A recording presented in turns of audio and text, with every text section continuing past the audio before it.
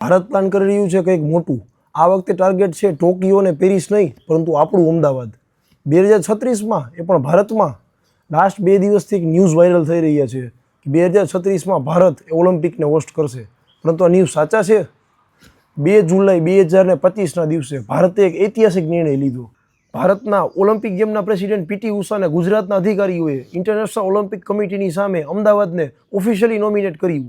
Sardar Vallabhbhai Patel enclave એટલે કે Narendra Modi stadium એમની તૈયારી પણ શરૂ થઈ ગઈ, પરંતુ એક ઓલિમ્પિક ગેમને હોસ્ટ કરવા માટે આ ફેસિલિટી પૂરતી છે? 2036ની ઓલિમ્પિક ગેમમાં ટર્કી, ઇન્ડોનેશિયા, સાઉદી અરેબિયા અને કતાર પણ છે। 2027માં આઈઓસી ઓફિશિયલી ફાઇનલ કરશે કે અમદાવાદ નોમિનેટ થયું કે નહીં। જો ભારત આ બીટ જીતશે તો વિશ્વ ફલક પર ભારતની ઇમેજ બદલાઈ જશે। કરોડો રૂપિયાનું ઇન્વેસ્ટમેન્ટ અને ટેકનોલોજી અપગ્રેડ થશે। ગુજરાત અને અમદાવાદ એક ટુરિઝમનું હબ બની જશે। આ જંગમાં અમદાવાદે પગ તો મૂકી દીધો છે, પરંતુ શું આપણે આ જંગ જીતશી? તમને શું લાગે છે 2036 ઓલિમ્પિક ભારત હોસ્ટ કરી શકશે? કોમેન્ટ કરીને જરૂર જણાવો। જય હિન્દ।